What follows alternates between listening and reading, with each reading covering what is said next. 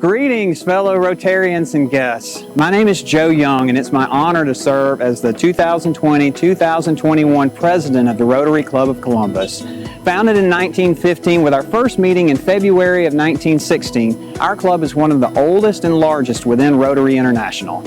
Our membership includes a diverse set of leaders within business, city government, military affairs, healthcare, education, arts and culture, social services, and ministry, all sharing a common desire to improve our community and have a positive impact on the world around us. We started this Rotary year in the middle of the worst healthcare crisis that the world has seen in over 100 years. The COVID-19 pandemic has dramatically changed the way we live, work, and interact with each other. We've experienced global economic and educational hardship coupled with ongoing political division and social injustice. The world needs Rotary and the ideals that we represent now more than ever. And while these are extremely difficult challenges to overcome, Rotary remains well positioned to be part of the solution. Following the suspension of in-person Rotary meetings for many months, it is so nice for our club to once again have the opportunity to gather in person here at the Trade Center. For those of you that have not yet returned to our in-person lunch meetings, please know that we are saving you a seat and look forward to having you join us again soon. On behalf of my wife Vicki and our daughters Katie and Lynn, I want to thank you for all that you are doing to make our community a better place to live. It's my pleasure to serve alongside you. Now let's get to work.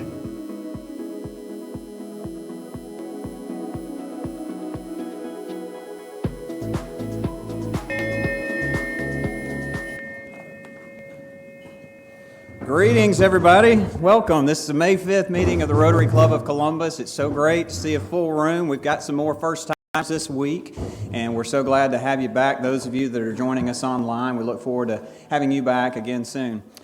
We have, over the past 15 months now, I guess, 14, been doing recordings of the Pledge of Allegiance. You know, that's a long-standing tradition of our club, and early on in the pandemic, for fear of spreading viral particles, we stopped saying that. We've collected many videos from you guys of your children, your grandchildren, other people that you're connected to of saying the pledge, and it's been so great to see these family members get to know each other a little bit better. Past President Ryan has put together a final pledge video that's sort of a compilation of many of the videos that have been submitted. So this is the last week that we're going to let the video be the spoken word of the pledge. And then next week, we'll re-engage our tradition of all reciting the pledge together. But if you'll join me in standing at attention.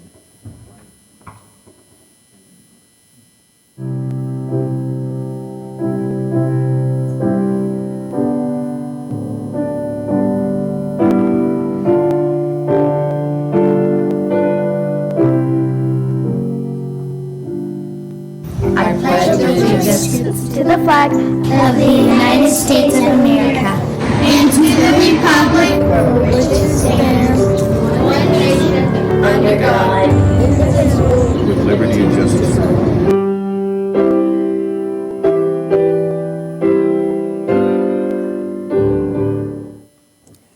Thank you. I'm going to now call up Joseph Brannon, that's going to be giving us today's invocation in accordance to his faith tradition.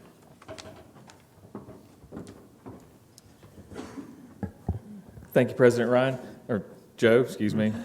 Sorry. I only wish I could live up to his standards, you know. As we all know, today is the 5th of May, Cinco de Mayo, often misunderstood to be a celebration of Mexican independence. It is actually the celebration of the Mexican Army's unlikely victory over the French Empire at the Battle of Puebla in 1862, when 4,000 poorly equipped soldiers defeated 8,000 skilled French soldiers. The first American celebration of Cinco came only a year later in California. As we start to overcome COVID-19, it's in the spirit of the Mexican Army capturing victory over what happened to be certain defeat that I offer this prayer. Heavenly Father, thank you for gathering us here today when just a year ago we wondered if we would gather again. Through your love and grace, we have been able to persevere through this pandemic.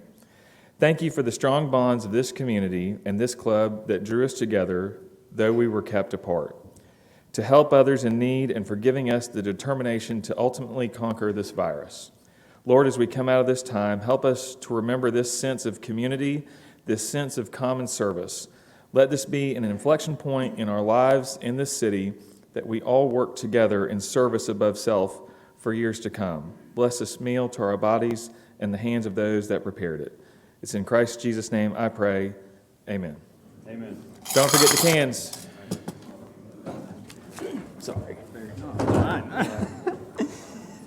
I'm going to now call up Frey McCormick to introduce today's visitors and guests.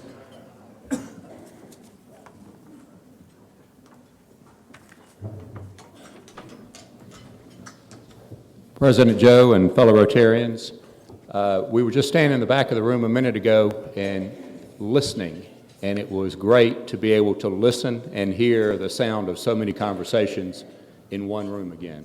So it's great to have fellowship. Today we only have one visitor. Ish Espada has brought Ronica Smith. Ronica is the office administrator in his office. So we welcome her.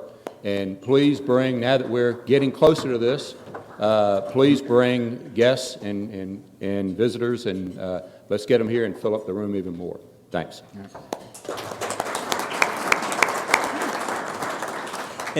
It's long been a tradition of our club to recognize an active duty soldier from Fort Benning at our meetings each week, and we're so glad today to have somebody with us, and I want to call on Dick Nurnberg with today's recognition.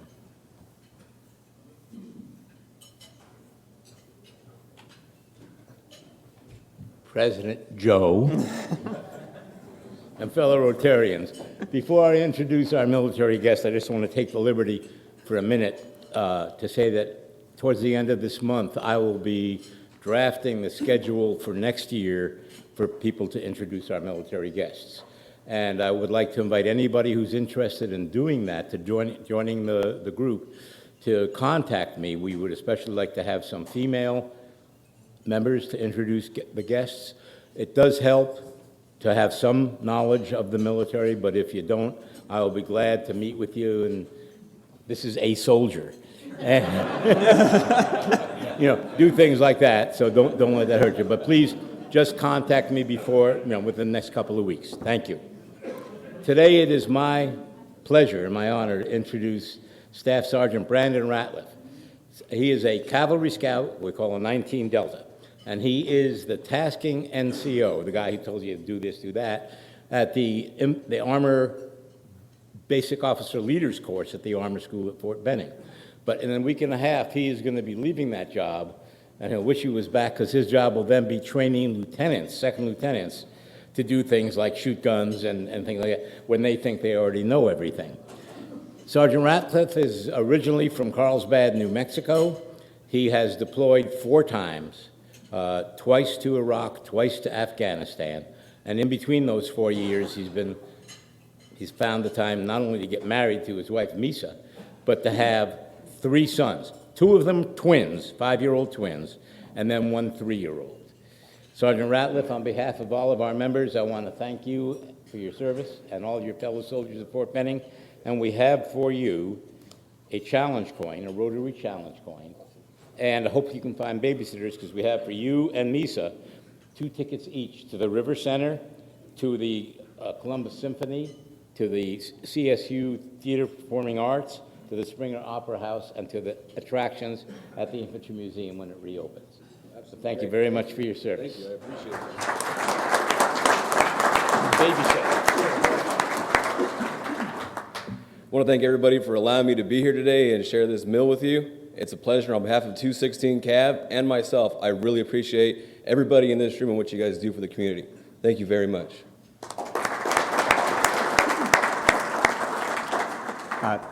Staff Sergeant Ratliff, you honor us with your presence today. We're so glad to have you with us. We thank you for your service and sacrifice to our country, your great work in the community. We hope that you'll extend our gratitude to the men and women that serve alongside you there at Fort Benning, and you're welcome to come back and be our guest at any time. Yes, sir, absolutely. All right, thanks again. We honor soldiers weekly in our meeting, and we're so fortunate to have these amazing heroes among our membership, folks that have fought for our nation given multiple sacrifices over many years, one of which we all know and love is Colonel Ralph Puckett. Ralph, as many of you guys are already aware, is in the process of being awarded the Medal of Honor, the nation's highest decoration for military personnel for service and sacrifice. And there was a news segment that was done just in the past few days. I understand that he got a call from President Biden on Friday. Rob Chopper was giving me a little bit of the background. That sounds like it was a good conversation, about a 10, 15-minute conversation, which is fantastic to get the President of the United States on the phone for that length of time. But we want to show this video that was made, and hopefully this works. If it doesn't work today, we'll show it at a future meeting, but we're going to put this on right now.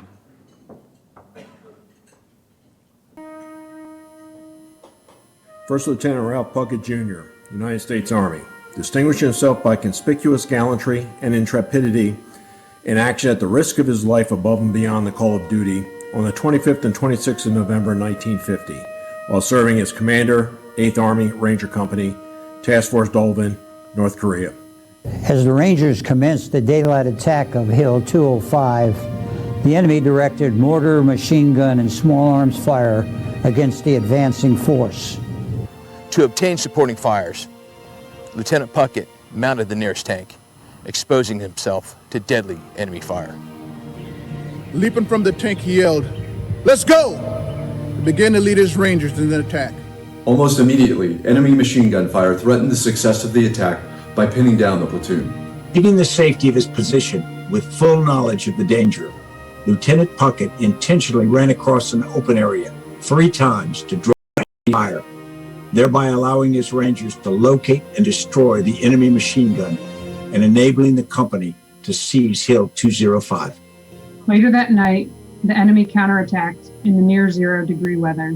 During the next 4 hours, the 57-man company, inspired and motivated by the extraordinary leadership and courageous example exhibited by Lieutenant Puckett, repulsed 5 human wave attacks by a 500-man battalion assaulting behind intense mortar barrages.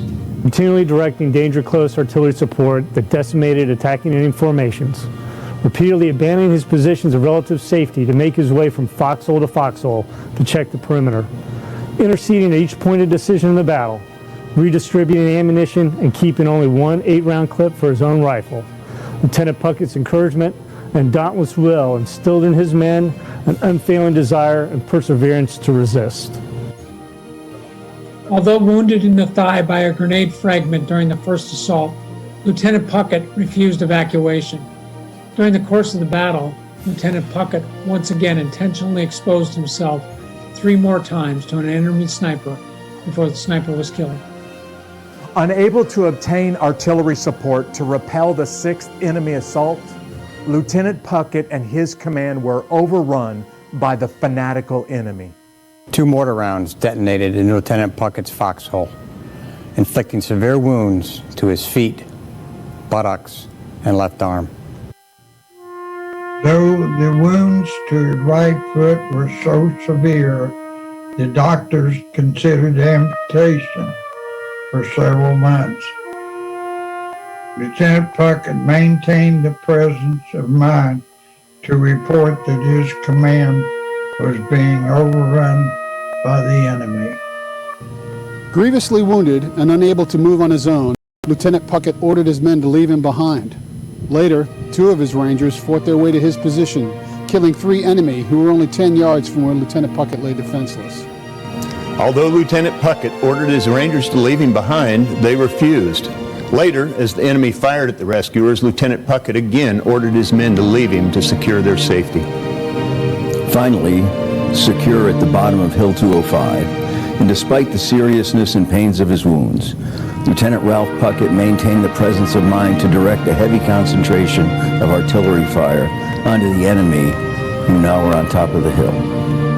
Lieutenant Puckett's extraordinary courage and devotion to duty are in keeping with the highest traditions of military service and reflect great credit upon himself, his unit, and the United States Army.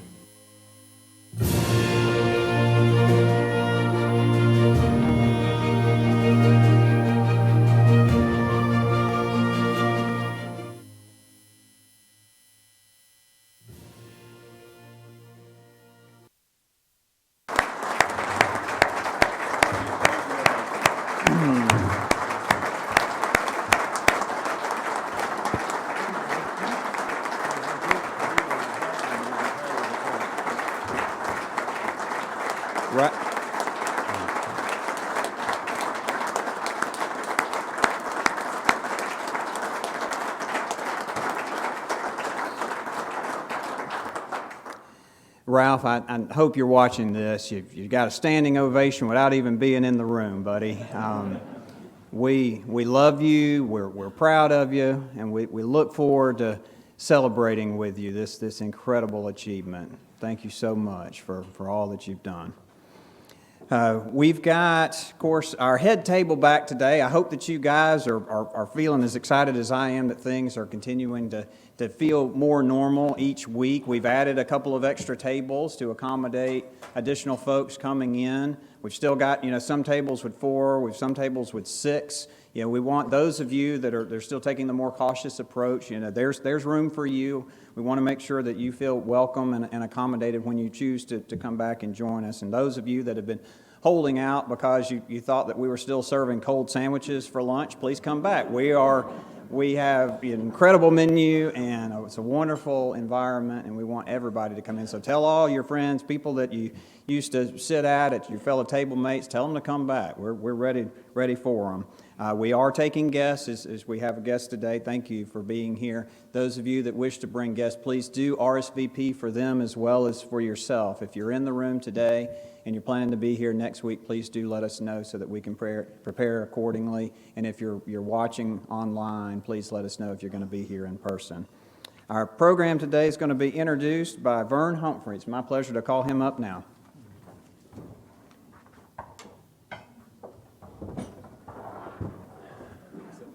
My first time up here. This is neat. I have had the honor many times to introduce heroes. Every time that, like Dick was talking about, we have our soldiers come, it's a great honor and pleasure. But today I have the honor to introduce a personal hero, a hero of mine. I met Dan probably about 7 years ago, and he told me that, I lost my sight, but not my vision. And the more I get to know him, the broader I see his vision is. Dan lost his sight in a motor vehicle accident in 2012. He has a wonderful fiancée named Jennifer. He would be married now, except for COVID. It kind of screwed up the wedding plans. But that's okay. Dan is a Columbus native. But what I want to tell you, I talked to Dan before this, and I said, what do you want me to say? He said, here's Dan Parker. I said, no, I talk more than that. And he didn't want me to steal his thunder, shall we say. But I'm going to tell you a story about Dan, a short one, that tells you what kind of person he is. At some point in his presentation, you'll hear something about a motorcycle. I'm not going to go any more into that. But we were at the National Federation of the Blind Conference. And Dan had his motorcycle there. And there was a little blind girl, about 5, 6 years old, totally blind, that never seen before. And somebody mentioned something about a sticker on the fender, and she said, Mr. Dan, what's a fender? And he got down on his knees next to this little girl, and he took her hands, and he showed her this motorcycle from end to end. He's got a wonderful heart, he's a wonderful teacher, and it's my honor to introduce him to y'all. But before he gets up here, I'm going to tell you something. You've all probably used the metaphor before, and you've used it wrong. Today, you will actually see the blind leading the blind. Please, Dan Parker. Well done. You all right? Right in front of you? Thank you, brother. Thank you, Vern. I'm no hero. Lieutenant Puckett is. Vern got me emotional thinking about that. I'm Dan Parker. I'm honored here to share my story today about how having a purpose, passion, and perseverance not only changed my life, but saved my life. I'm local, Columbus native. I was product of Muskogee County School District, and proud to say I might have made the upper 50 percentile in academics, but I was in the upper 1% in machine shop and welding. My whole life, I've been fascinated with welding, fabrication, and race cars. I'm a second-generation racer. My father, Jimmy, 77 years old, still races today. I come in second place in the mini bike class at Phoenix City Drag Strip and all motorcycle race when I was 8 years old. And so when I turned about 20, I started bracket racing every week at Phoenix City and gradually driving faster and faster cars. I had my own chassis business where I built race cars. And in 1997, I started driving for a local legend, Ellis Milner, in what's called pro-modified cars. So those are the fastest cars on the planet that still have a working door. Today's pro-modified cars are between 4,000 and 6,000 horsepower. Back then, mine was probably roughly 2,000 horsepower. In 2005, I was the American Drag Racing League Pro Nitrous World Champion. In 2008, I was in the final with Billy Harper. We were the first side-by-side sub 4-second pass in Pro Nitrous history. So that means 0 to 190 miles an hour in 4 seconds flat. Whoa. 0 to 75 in 1 second. Well, March 31st was a day that changed my life forever. We were testing a new 864 cubic inch motor in Steele, Alabama by Gadsden. And on the first full pass, after a couple half-track passes with great success, the car made a hard right turn into the wall at 175 miles per hour. And I would wake up 2 weeks later from an induced coma to find out I was blind for life. Not knowing, what my future held, just the burdens of, not wanting to be a burden for anybody. When we first found out, I told my girlfriend Jennifer at the time to go back home to Birmingham and forget about me, that I ruined my life, don't ruin yours by trying to do the right thing by me. But luckily, she wouldn't have it. Well, after about 6 months of deep depression, I came home with so many broken bones. This whole right arm has been completely reconstructed, traumatic brain injury, broke ribs, skin graft sites, bad ankle. I couldn't take it anymore. I was on the verge of suicide. I already planned my exit plan. I was going to walk in front of a logging truck in front of my house. But luckily one night, I went to bed thinking about my brother and my mother, who passed away just 6 months before my wreck, and my brother passed away in 2009. And Chris told me a story about France. They built a 50cc motorcycle. They took it apart, put it in their luggage, flew to the United States, and rented a car and drove it to the Bonneville Salt Flats, and they each set a record with, without sidecar, with, without fairing. So Bonneville is a dried salt lake bed 120 miles west of Salt Lake City, Utah, where people have been setting land speed records there since 1914. So I went to bed thinking about Chris that night. I woke up at 2 o'clock in the morning from the most vivid dream. I was going to become the first blind man to race Bonneville. What a crazy dream that was. Jennifer woke up at 8 o'clock in the morning. I told her what I was going to do. She said, that sounds great, okay. Needless to say, we've all heard the expression, that goes over like a fart in church. Well, when I told the rest of my friends and family, the church deal might have went over easier. So here I was, broke, beaten up, blind, and I didn't have any money, but I had a purpose. So I started dreaming of my motorcycle, and that gave me a reason to start networking, get back to my racing community, reaching out to my friends. And in 10 short months, I designed and built the motorcycle. In August of 2013, I became the first blind man to race Bonneville. I returned in 2014 and set my FIM class record with no exemptions for blindness, as I'm the only blind land speed racer in the world still to date that's raced with no human assistance. I have a friend of mine, Patrick Johnson at Boeing Phantom Works, that has built me a guidance system. So we plot the center line of the course. If I go right or left, I would get a tone in that ear. The further off the center I go, the tone would increase. If I go 20 feet right or left, for safety, it would shut off the motorcycle. When I went to the finish line, it would shut off the motorcycle. The chase vehicle could remotely shut it off, like they saw fire. So 14, I set my FIM class record. I then also attended the Louisiana Center for the Blind for adult training for 9 months. And I came home without a purpose. I knew there was one more fruit hanging on the tree. The world's fastest blind man. Mike Newman in England has the record currently at 200.5 miles per hour. And once a racer, always a racer. I knew there was a record to be had, a championship to be had, and that was my new purpose. So 4.5 years ago, I bought a flood salvage 2008 Corvette that looked pitiful, no motor, no transmission. I brought her home from Oklahoma City with the purpose of building a race car to set that record. So for the last 4 years, in my little humble 20 by 30 shop here in Columbus, Georgia, we've completed this car. Last September, I was reached out by the producer of Jay Leno's Garage, and they wanted me to film an episode last February at the spaceport in New Mexico. That allowed me to bring on some corporate sponsors to finish the car in time. We barely made it. I have an amazing team that got me to spaceport. We had troubles our first day. The director of operations told us that we could stay there all night and test. I'm like, they house a spaceship here, and they're letting us test on the runway. So at 2:30 in the morning, I went 116 miles an hour with my follow cars riding beside me so my co-pilot could see, because my car doesn't have headlights. So at 116, we were out running the rental car so bad we had to stop. The next morning would be my first full pass on the car, filming the Jay Leno garage. It netted 153.8 miles an hour. I went from 116 to 153.8 in one pass. The show went great.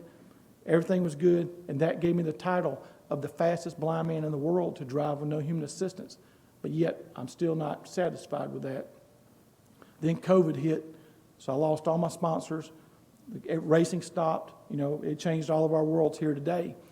So luckily, this past weekend, I went to Arkansas to race the car for the first time in over a year. I recently was proud to announce that the National Federation of the Blind and Cruise Technology, an autonomous car company in San Francisco, has come on board as sponsors. So this fall, good Lord willing, we're going to attempt to set the Guinness Book of World Records and bring that record home to America. I'm proud of what I've done. I have an amazing team, an amazing fiance, and she supported me every day through all of this. You know, and I tell people that, you know, with purpose, passion, and perseverance, you can get through so many things in life. And, you know, we all need a purpose. Smokey Unick's wife gave him a picture frame one time with a quote, and it says, "A man without a problem to solve is out of the game."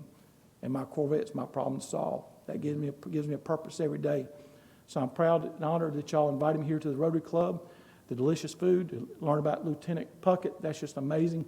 That's a hero there, and more heroes need to be honored in our military. Thank you so much.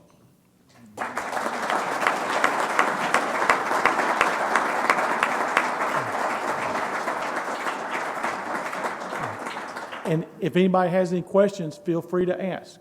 Dan, the current record holder that you're chasing, he did not drive unassisted, right? That's correct. He had a follow car, two people in the car, one driving, one with two-way communications, telling him right, left, etc. So that's how he said it, yes. And I also, one thing I forgot to say, I'm also a blind machinist. My website is theblindmachinist.com, and I make custom hand aluminum ink pens, and that's one of the ways how I help generate some money for the Corvette, put a little food on the table, and they're really unique. We have several models, and if people like pens, they'll really like these and the story behind them. Go ahead, Kent. Can you tell us a little bit about your teaching with Jordan? Yes. So several years ago, Tim Vincent is a friend of mine, and he works at Jordan, and there was a parapro position opening to teach machine shop. So I was blessed. I would work 3 days a week as a part-time parapro teaching at Jordan. I was able to try to share my story to inspire the students. I've always believed in skilled trade education. I'm a proud skilled trade worker. You know, I work with my hands. That's all I've ever done. That's what I love, and I'm proud of it. But sadly, from the side effects of my traumatic injury, I had to quit. You know, every day around this time, I start to suffer from what's called neurofatigue, where my brain has to rest. And from what I see, smooth black, it'll start flashing gray. And so that means my brain's tired. I just have to rest. And so I was having headaches with the neurofatigue. I sadly had to quit and I knew I had to carve my own path in life at that point. And that's when I started focusing on my pens. So I make them in my little humble shop and sell them online in my Etsy store. Jay. Dan, I was telling my family here about your Corvette before you told them about the Corvette. But I'm kind of a worried for it, sorry. But is there a way that you could send out a picture or two of both your Corvette and motorcycle so we can pass it around the Rotary Club? Yeah, I'll text you both pictures tonight. We got some good pictures at the Arkansas this past weekend, and I have a couple of good pictures of the motorcycle also. I appreciate that. Oh, I'm sorry. So, Newt, and if you'll repeat the question when it comes in. Okay. I have a technical question. When you're driving real fast, it only takes a little bit of movement to do something. Or is the guiding tone graduated so the further you get away, the louder it gets, or a different tone? And do you slow the steering down of the car so that a little bit of movement won't just shoot you off to the side? Yeah. The question is how my tone works on my guidance system and my steering ratio. Both those are good questions. So the Corvette has a totally different guidance system for the speeds involved. It has a gyro. The one gyro was $4,000, and it can detect 1/10 of 1 degree of yaw. So it's a very complicated compared to the motorcycle, and it's actually telling me right, straight, left, right. We're working on some new call-outs because it's a total audible verbal that we'll be practicing with. And yes, I slowed down my ratio on the Corvette because everybody knows a Corvette is a sports car. It has very quick steering. They make a steering quickener box, and I turned it around backwards, so it slows down my ratio. I still have my power steering and all my stock components for the Corvette, but what my output to the steering wheel is a lot slower compared to what it would be in the past. In the whole Corvette, I designed every aspect of it myself because that's what I've done my whole life is build and design race cars. Yes. In the back here, Meredith.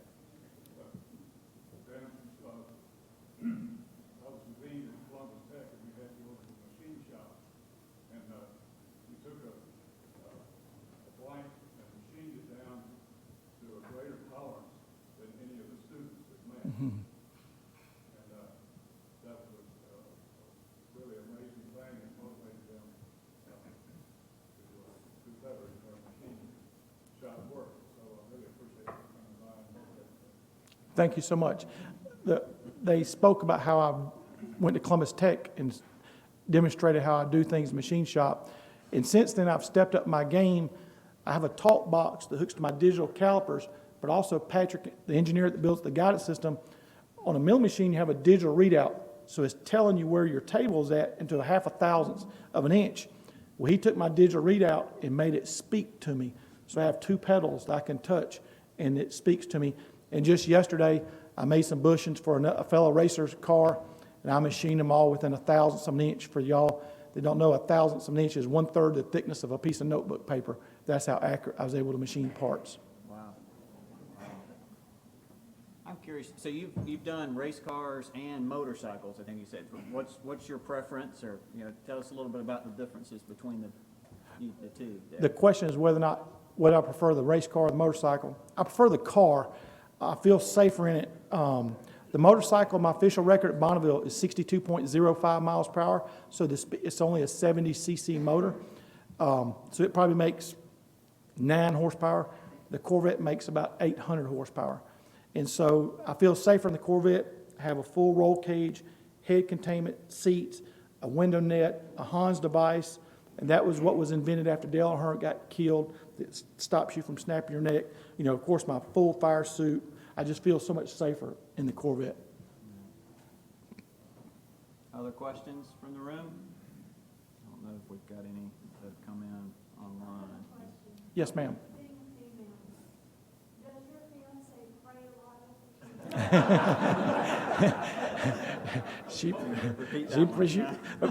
The question is, does my fiance pray over me a lot? She probably prays for me a lot. But I think we need to pray for her more than she prays for me.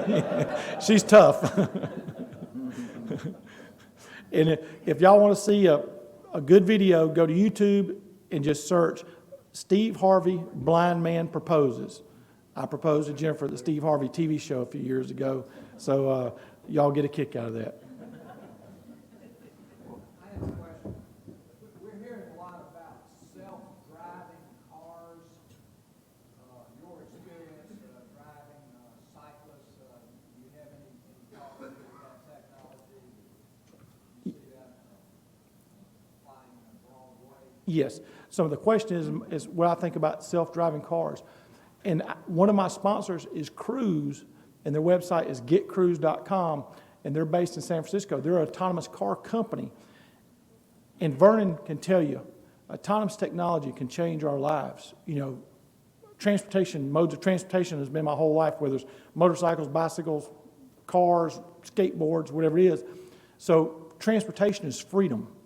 And so the autonomous technology will give people like Vernon and I freedom, give us our independence back. It'll help change the 70% unemployment rate for the blind. It has a lot of huge potentials to really change the life of people with disabilities. That's great. Other questions? All right. Dan, thank you so much. Yes, sir. Thank you. You stand here, Winston. It's our custom as a club, Dan, to honor our speakers each week by donating a children's book to the Columbus Public Library on their behalf, and we're so happy to be able to do that for you in recognition of you speaking with us today. So we thank you again. Yes, sir. For being here. Maybe it has something to do with racing. Yeah, and we'll try. We'll look for that. We'll Yeah, try there to you do go. that. Good deal. Thank you, y'all.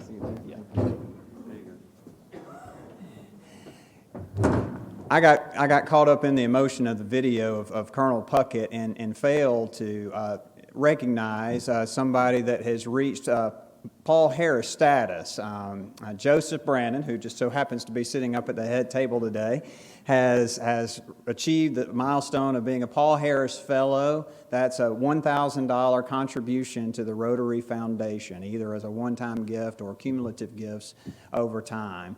Joseph, if you'll come up.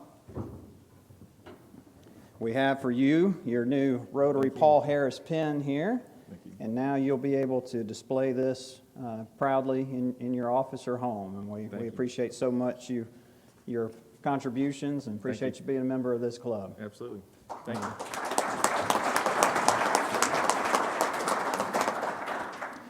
Want to remind folks that we're going to have a replay of today's meeting on our Facebook page shortly after the live broadcast, and then a separate YouTube link will be coming as well.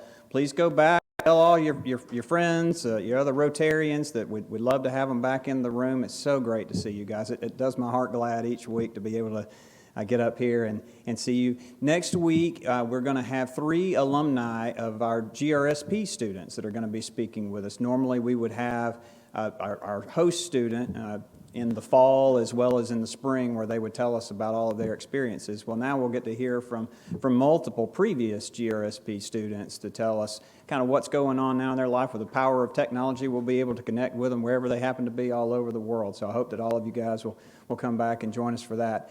We've got a Rotary Mix tomorrow night. It's an online mix from 6 to 8. I want to again thank Sheikah Shaw for opening up her home last week for us. It was a fantastic in-person gathering. It was so nice to get to mix and mingle with everyone, and I hope to see all of you guys back next week. Let's go and love and encourage one another. Let's get to work.